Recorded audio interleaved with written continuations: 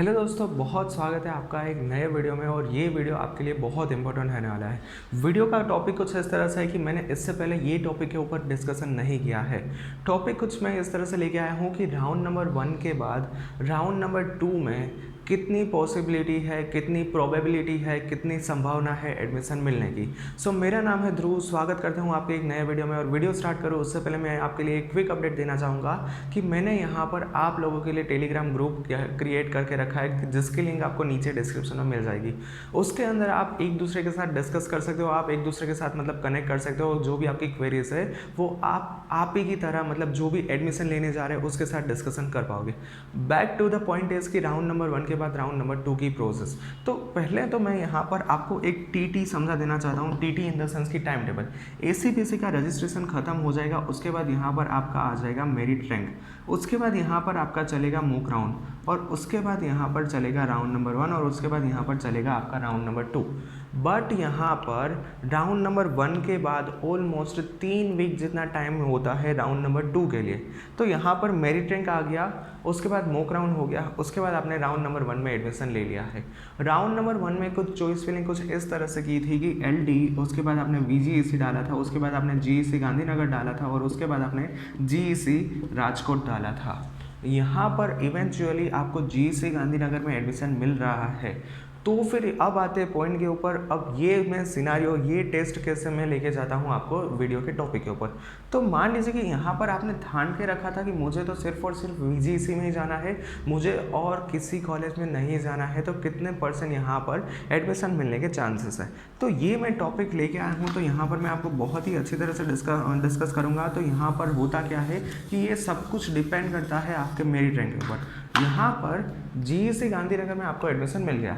GEC Gandhinagar में आपको यहाँ पर रिजल्ट में क्या आया, आपका यहाँ पर रिजल्ट में है GEC गांधीनगर।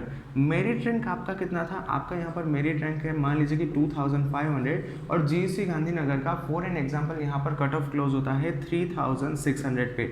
तो आपको तो यहाँ पर ऑब्वियसली एडमिशन मिलने के चांसेस है। बट मैंने जिस तरह से बोला है कि आपको यहाँ पर किसके अंदर जाना है, आपको यहाँ पर जाना है VGEC के अंदर। तो फिर यहाँ पर मैं आपको समझाना चाहता हूँ कि किस तरह से एडमिशन मिलता है। पहला तो आपको जो भी ब्रांच में जाना है वो ब्रांच का आप यहाँ पर राउंड नंबर 1 का यहाँ पर क्लोजिंग कट ऑफ देखो। CCO का मतलब होता है क्लोजिंग कट ऑफ।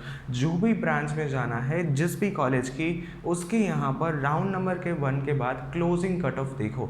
यानी कि यहाँ पर जब भी राउंड नंबर 1 खत्म हो जाएगा उसके बाद यहाँ पर क्या होगा, उसके बाद ACPC यहाँ पर अपनी वेबसाइट के ऊपर अपनी पोर्टल के अंदर एक PDF डिक्लेयर करेगा कि जिसके अंदर यहाँ पर मेंशन किया होगा कि ये पर्टिकुलर ब्रांच के लिए ओपन कैटेगरी के लिए कहाँ पर ओपन हुआ था, मतलब फर्स्ट स्टूडेंट्स कौन सा था कि जिसका रैंक क्या था, और ओपन कैटेगरी के लिए क्लोज कहाँ पर हुआ था। सेम उसी ब्रांच के लिए यहाँ पर ACBC का ओपन एंड क्लोज आएगा, SC ST बाकी सारी कैटेगरी का यहाँ पर ओपन एंड क्लोज आएगा। तो इसके अंदर आप ये देखिए कि आपकी जो भी कैटेगरी है उसका जो भी कट ऑफ था, तो इसके अंदर क्या आपको यहाँ पर कितना नज़दीक है। मान लीजिए कि मैंने जिस तरह से आपको एनालिसिस करने को बोला है, तो यहाँ पर VGEC में ब्रांच 1 में राउंड नंबर मतलब आपको कंप्यूटर में जाना था, उसको राउंड नंबर 1 में क्लोजिंग कट ऑफ मान लीजिए कि यहाँ पर 2300 के समथिंग है। तो फिर यहाँ पर 2500 आपका रैंक है और 2300 कट ऑफ क्लोज डेट है। तो फिर यहाँ पर आपको राउंड नंबर 2 या फिर ऑफलाइन राउंड में एडमिशन मिलने के 110% चांसेस है। ये आप लिख के ले लीजिए। तो यहाँ पर मैंने पहला टेस्ट केस क्या लिया है, आपका मेरिट रैंक है 2500, आपको किसी और कॉलेज में एडमिशन मिला है। राउंड नंबर 2 के अंदर आपको ऊपर के लेवल की कॉलेज में जाना है। तो फिर यहाँ पर मान लीजिए कि 100 पॉइंट्स 200 पॉइंट जितना डिफरेंस है, तो फिर यहाँ पर आपको एडमिशन मिलने के चांसेस है। यहाँ पर दूसरे में 2-3 टेस्ट केस लेना चाहूँगा कि मान लीजिए कि यहाँ पर 2000 इसका कट ऑफ मैं ले लेता हूँ कि VGEC के अंदर आपको यहाँ पर जाना था कंप्यूटर के अंदर, और जैसे कि मैंने आपको रिसर्च करने को बोला था आपको यहाँ पर पता चला है कि कट ऑफ क्लोजिंग क्या है 2000। आपका यहाँ पर मेरिट रैंक है 2500, यहाँ पर कट ऑफ क्लोज है 2000 पे। यहाँ पर पॉसिबिलिटी नहीं बन रही है दोस्तों, यहाँ पर संभावना नहीं बन रही है कि आपको यहाँ पर एडमिशन मिल पाए। तो इस लेवल पे, इस स्टेज पे आपको यहाँ पर 500 पॉइंट जितना डिफरेंस है, तो जहाँ पर आपका एडमिशन मिलने के चांसेस नहीं है। तो फिर मैं सिंपली वीडियो को कंक्लूड इस तरह से करूँगा कि आपको जो भी राउंड नंबर 1 में कॉलेज मिली है, राउंड नंबर 2 के अंदर जो भी कॉलेज में आपको जाना है, उसका यहाँ पर राउंड नंबर 1 खत्म होने के बाद PDF चेक करो ACPSC के पोर्टल के ऊपर। अगर यहाँ पर क्लोजिंग मार्क आपके मेरिट रैंक के नज़दीक है, यहाँ पर 100 से लेके 150 पॉइंट का डिफरेंट आ रहा है, आपके यहाँ पर हाई चांसेस बनते हैं यहाँ पर एडमिशन के। पॉइंट नंबर 2 की ये सारे गोली मार दीजिए। अब यहाँ पर होगा क्या कि दूसरी बात कि यहाँ पर राउंड नंबर 1 के बाद काफ़ी सारे स्टूडेंट्स हैं वो अपना एडमिशन यहाँ पर कैंसिल करवा लेंगे।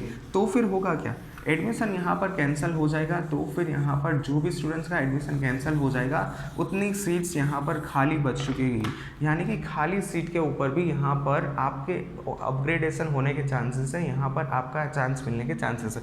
मान लीजिए कि कोई भी कॉलेज के 30 सीट्स थी और 30 के 30 के ऊपर एडमिशन डन हो गया है, उसके बाद आपका रैंक जस्ट 31 था, बट 30 सीट्स होने की वजह से आपको इस कॉलेज में एडमिशन नहीं मिला और आपको इसके नीचे के लेवल की कॉलेज GC गांधीनगर में एडमिशन मिला है।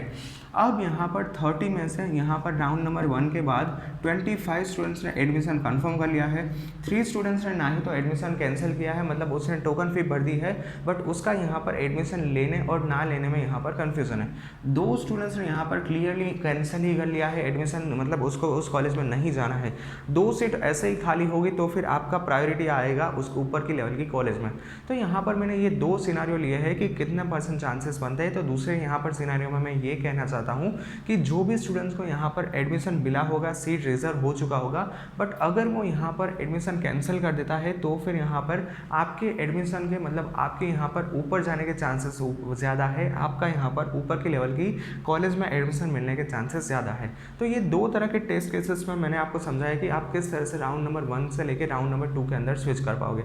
सेम कुछ इसी तरह से चलेगा राउंड नंबर 2 के बाद ऑफलाइन राउंड के लिए। ऑफलाइन राउंड नथिंग बट यहाँ पर होगा क्या, ACPSC कॉलेज को बोलेगा कि भाई आपने मुझे 200 नंबर ऑफ सीट्स दी थी एडमिशन करवाने के लिए, आउट ऑफ दिस 200 मैंने यहाँ पर 180 सीट्स के ऊपर एडमिशन करवा लिया है, आपकी कॉलेज की 20 सीट्स बची हुई है, तो ये 20 सीट्स अब आप रख लीजिए और अब आप इसके ऊपर एडमिशन करवा लीजिए। तो offline round is nothing but कि आपको यहाँ पर कैंपस के अंदर विजिट करना होगा, कैंपस के अंदर एप्लीकेशन फॉर्म फिल करना होगा और उसके बाद यहाँ पर कैंपस आपको डिसाइड करेगी कि आपको यहाँ पर एडमिशन मिल सकता है कि नहीं। तो this is what about offline round. Offline round भी मेरिट के ऊपर ही चलेगा, इसमें भी कैटेगरी होगी, ये सब कुछ जैसा ACPSC का रूल था वैसा ही यहाँ पर चलेगा। सिर्फ और सिर्फ डिफरेंस यही रहेगा कि ऑफलाइन राउंड में मतलब आपको यहाँ पर ऑनलाइन कुछ नहीं करना है, आपको सब कुछ यहाँ पर कहाँ पर करना है, सब कुछ आपको ACPSC के ऑनलाइन पोर्टल के ऊपर नहीं करना है, कॉलेज के कैंपस में जाके विजिट करना है। तो ये होता है point number 3 and which is the offline round की, जहाँ पर आपको यहाँ पर सब कुछ कॉलेज में जाके करना होगा। ऑफलाइन राउंड में भी मेरिट ध्यान रखना, अगर मेरिट का राउंड नंबर 2 की PDF आएगी, जैसे कि मैंने बोला था राउंड नंबर 1 की जिस तरह से PDF आएगी उसी तरह से राउंड नंबर 2 की भी PDF आएगी। बहुत अच्छी तरह से एनालिसिस करना, बहुत अच्छी तरह से रिसर्च करना और उसके बाद ही यहाँ पर कॉलेज सिलेक्ट करना।